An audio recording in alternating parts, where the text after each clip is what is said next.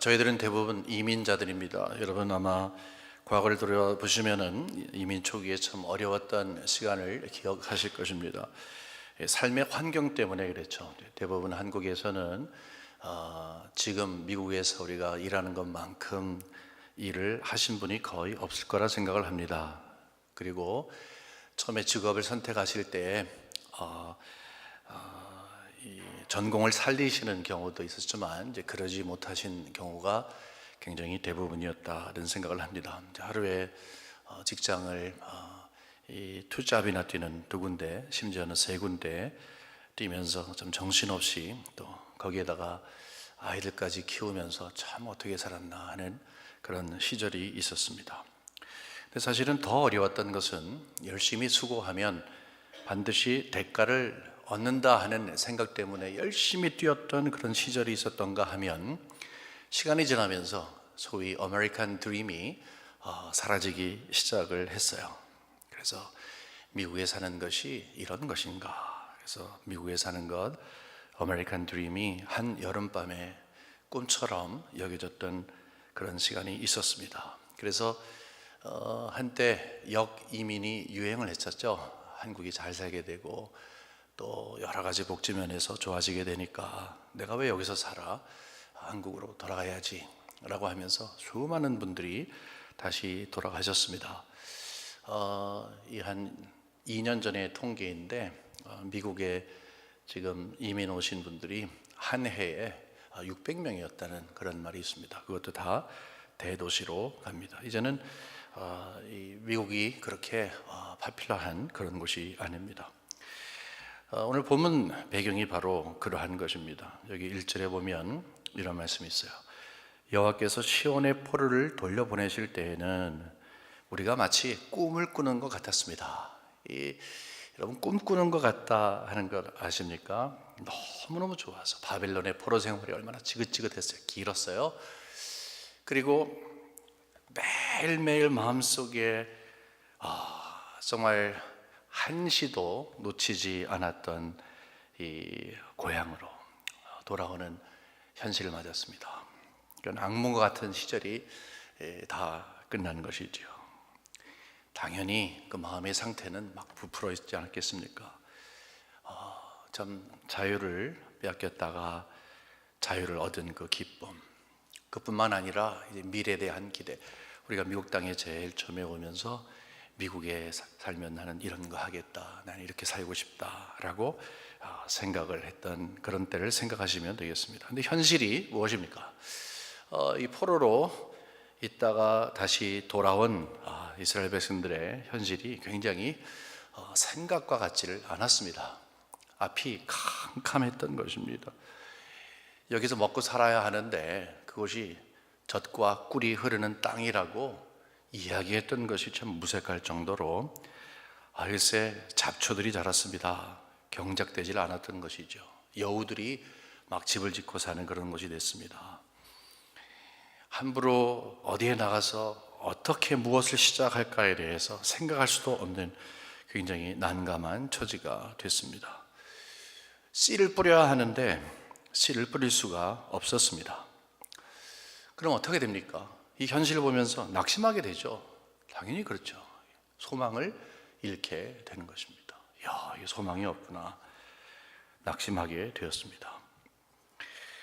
소망이 없다는 것은 자연스럽게 낙심을 불러오게 됩니다.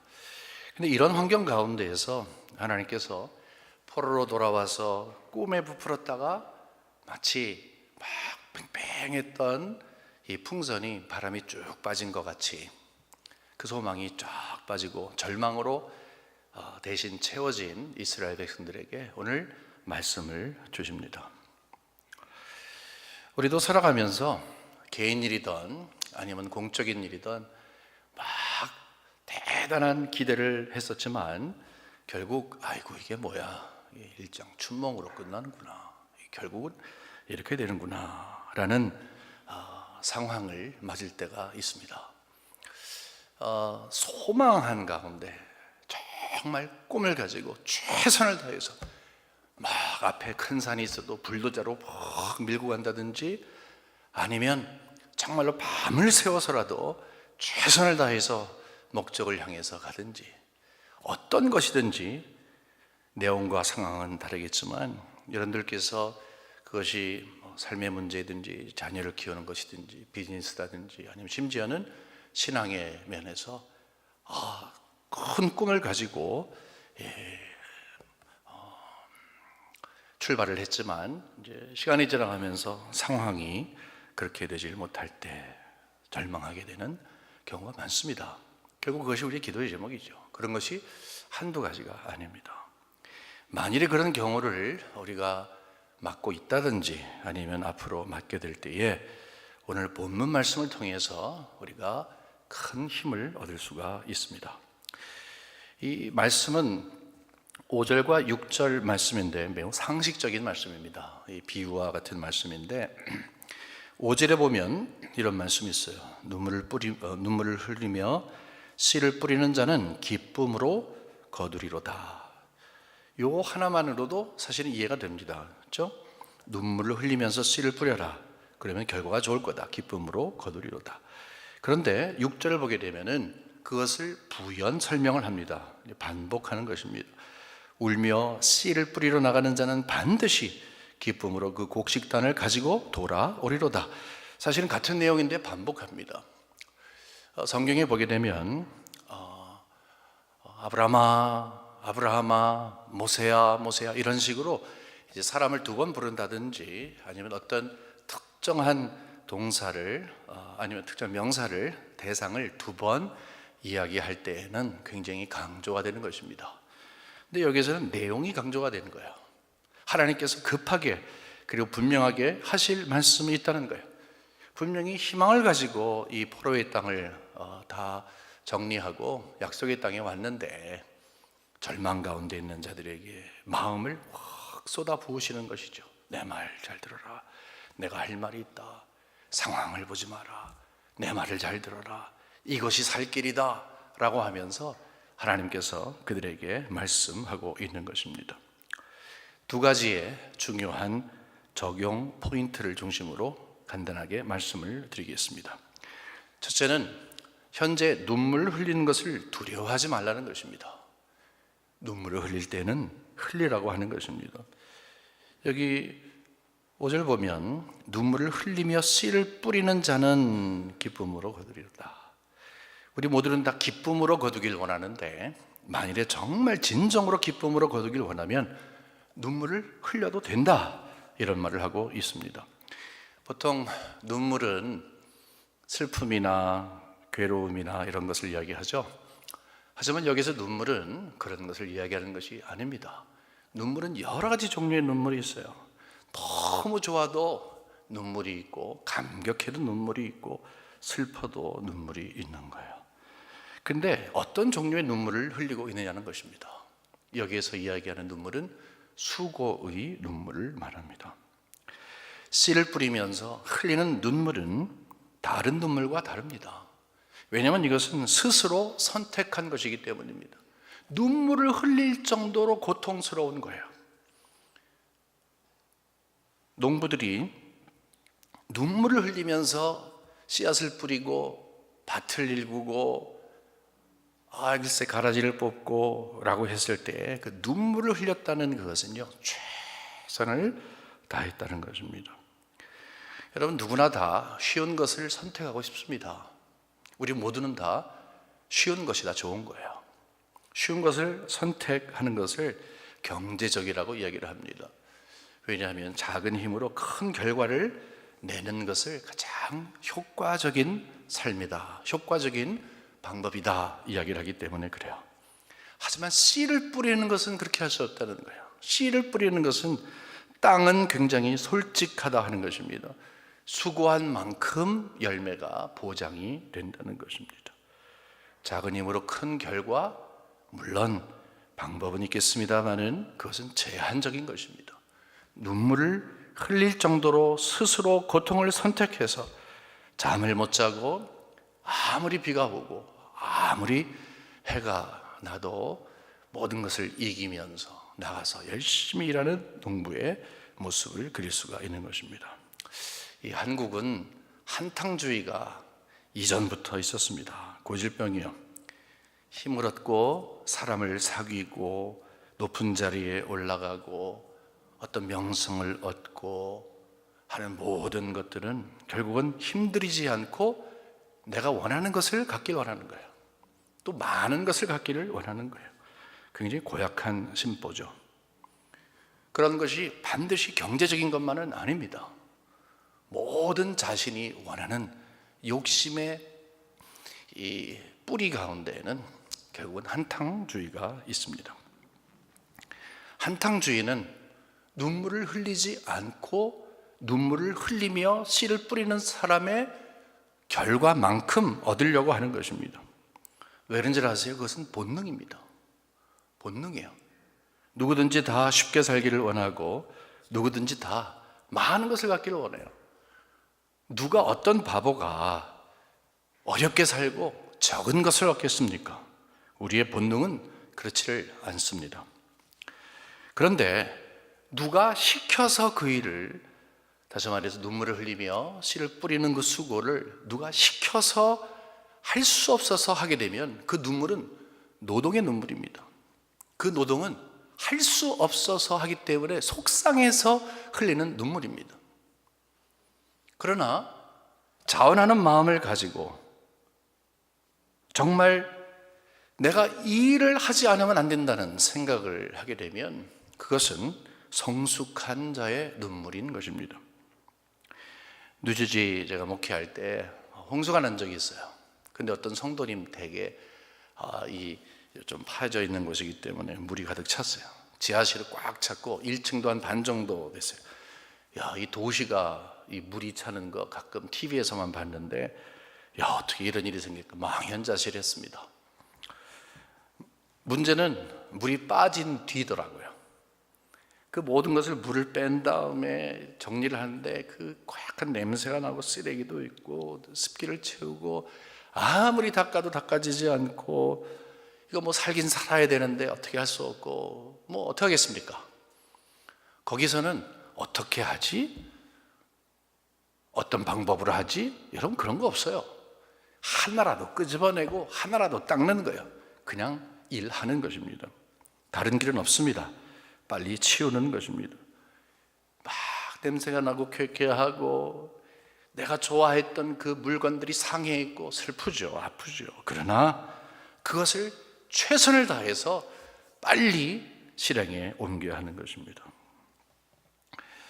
여기서 눈물을 뿌리는 것, 눈물을 뿌리면서 씨앗을 뿌리는 것은 막 하는 것이 아닙니다. 막 뿌리는 것이 아닙니다. 웃으면서 설설 뿌리는 것이 아닙니다. 조심해서 뿌리는 것입니다. 내가 원하는 대로 뿌리는 것이 아닙니다. 이치를 따라서 뿌리는 것입니다. 순서를 따라해야 하면 순서를 따라해야 하는 것입니다. 아무리 수고를 해도 모든 것들에 대해서는 이치가 있습니다. 이치에 맞게 하는 것입니다. 이 모든 것들을 두고 정말로 지금은 아주 자그마한 씨앗이지만 이 자그마한 씨앗이 땅에 들어가서 썩어서 알겠어요. 뿌리를 내리고 줄기를 내고 거기에서 열매를 내는 그 날을 생각하면서 지금 내가 지금 눈물을 흘리고 있지만 아무도 보지 않지만 지금 내가 여기에서 바보처럼 일을 하고 있지만 결국 내가 눈물을 흘리는 것을 두려워하지 아니하는 그 모습은 정말 아름다운 것입니다. 믿음의 동역자 여러분, 여러분의 삶 가운데서 그리고 신앙의 길에서 혹시 여러분이 지금 눈물을 흘리셔야 할 것이 있습니까? 많이 흘리십시오. 그러나 무슨 눈물을 흘리는지를 분명히 아십시오. 그리고 잘 흘리십시오.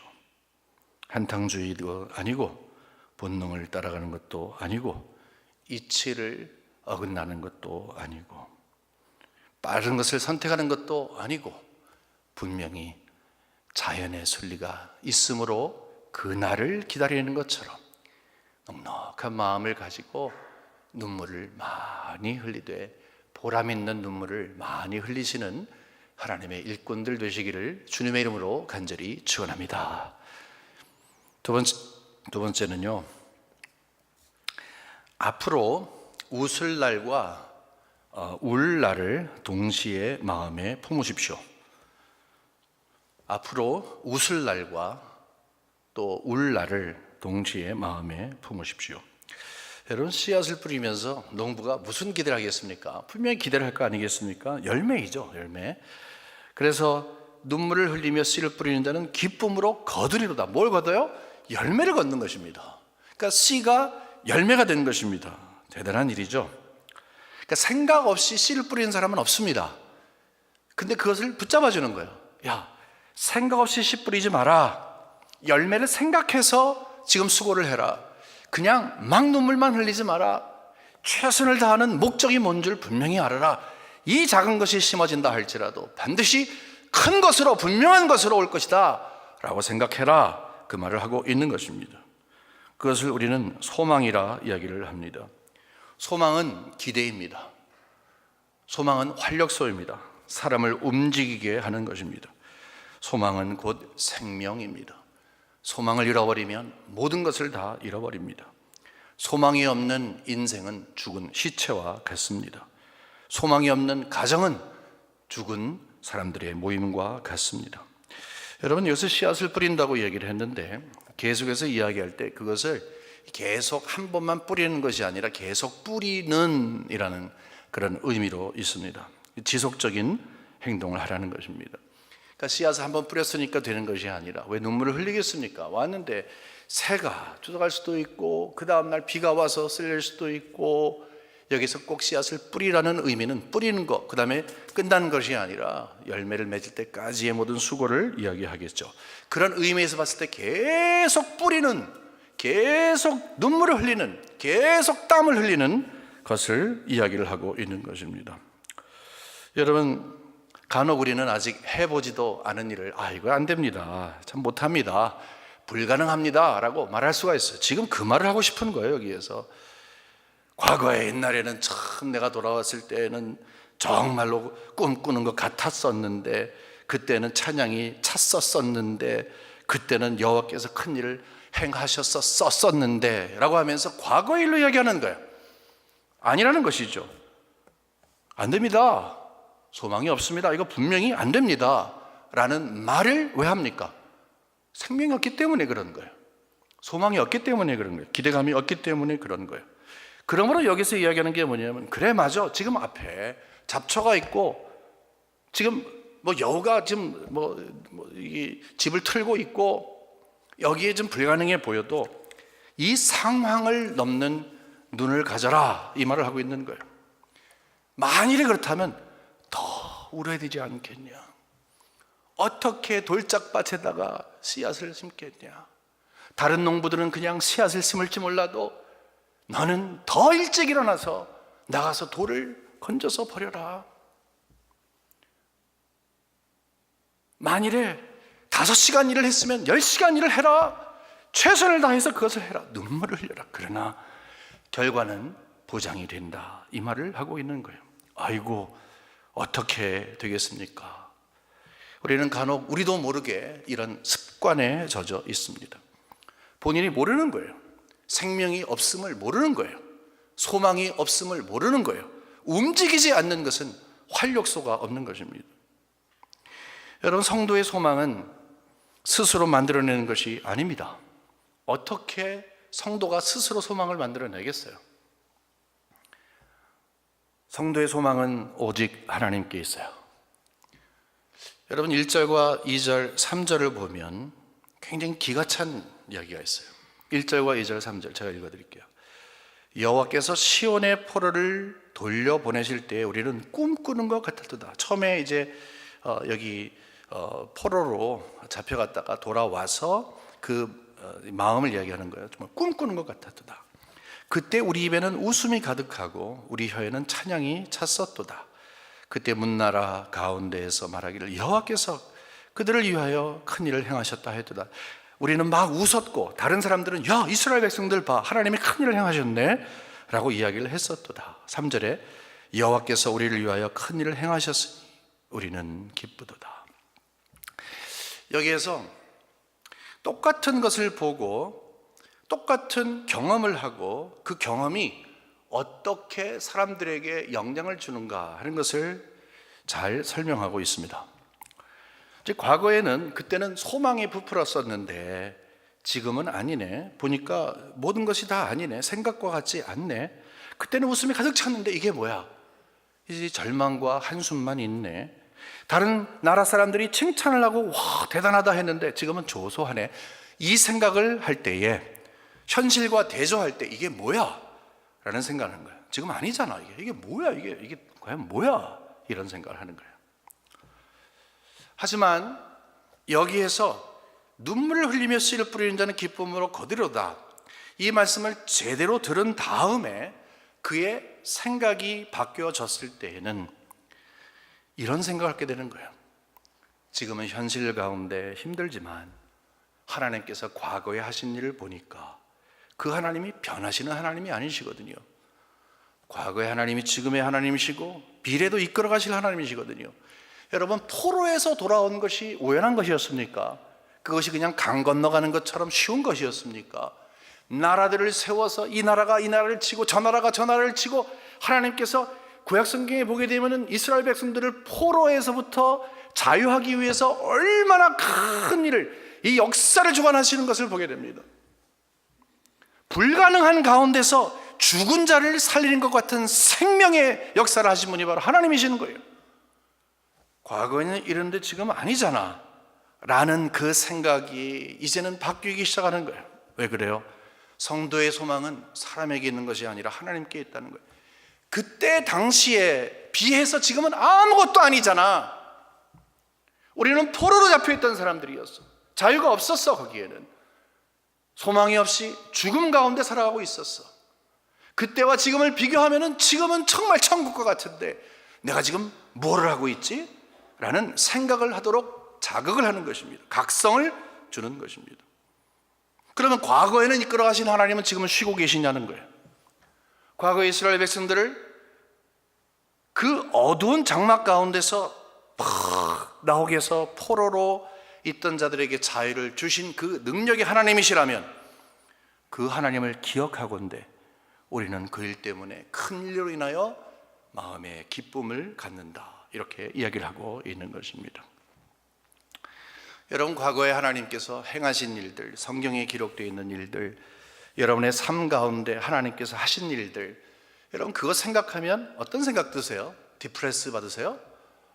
아이고, 하나님이 원래 이러시는 분인데 이 사람에겐 이렇게 했는데 저긴 저렇게 했는데 나는 뭐야? 여러분 이런 생각 가지십니까? 아니면 와우, 이 하나님은 정말 대단하신 분이시다. 그런데 감사합니다. 이 성경의 역사 가운데 나타나신 하나님이 바로 나의 하나님이시고 2000년 동안의 교회를 이끌고 오신 하나님이 바로 나의 하나님이시니 와우, 그 하나님을 내가 믿게 하시니 정말 감사합니다 라고 하면서 그 하나님을 철저하게 신뢰하겠냐 하는 것입니다. 포기하고 싶을 때 많으시죠? 저도 있습니다. 그럴 때 우리가 생각해야 할 것이 있어요. 웃을 날과 울 날을 생각해야 돼요. 여러분, 웃을 날은 무엇입니까? 여기 보게 되면 미래를 바라보면서 이제 기쁨으로 단을 거두고 오는 것을 생각해라. 큰 기쁨을 준다. 이게 웃음이 아닙니까? 울면서 씨앗을 뿌렸는데 그때 웃으면서 단을 거둘 것을 생각을 해라 하는 것이죠. 성경적인 말씀이에요. 여기에 구체적인 말은 하고 있지 않지만 여기에 함축된 말씀은 무엇입니까? 지금 눈물을 흘리지 아니하면 나중에 웃을 날이 없고, 그때 웃지 않는다는 것은 차가운 겨울이 왔을 때 운다는 거예요. 웃을 날을 바라보는 것은 웃음이 없는 그 얼굴, 그 이면에는 아무런 무표정이 아니라 엉엉 울 수밖에 없는 그 모습을 바라보아라 하는 거예요. 추운 겨울을 지나며 후회하지 마라. 기회가 있을 때 최선을 다해라. 이 말씀을 하고 있는 것입니다. 이스라엘 백성들은 공동체였습니다. 이 말씀을 받던 사람들은 개인 한 사람 한 사람이 받았지만 특별히 이 상황 같아서는 공동체가 그 말씀을 받았어요. 그래서 하나님께서 그 공동체에게 주시는 말씀이에요. 얘들아, 너희들이 지금은 함께 울어야 할 시간이 있을 수도 있다. 그러나 너희들이 함께 생각해라. 지금 운다 그래서 그것을 이상하게 생각하지 마라. 슬픔이나 다른 이유가 아니라 최선을 다해서 우는 것이라면 엉엉 울어라. 괜찮다. 종용하고 계세요. 공동체에게. 또 동시에 미래를 바라보아라. 두려워하는 것이 아니라 소망 가운데 바라보면서 두 가지 가운데, 웃음과 울음 가운데 웃음으로 인도하시는 하나님을 선택해라. 소망을 하나님께 두어라.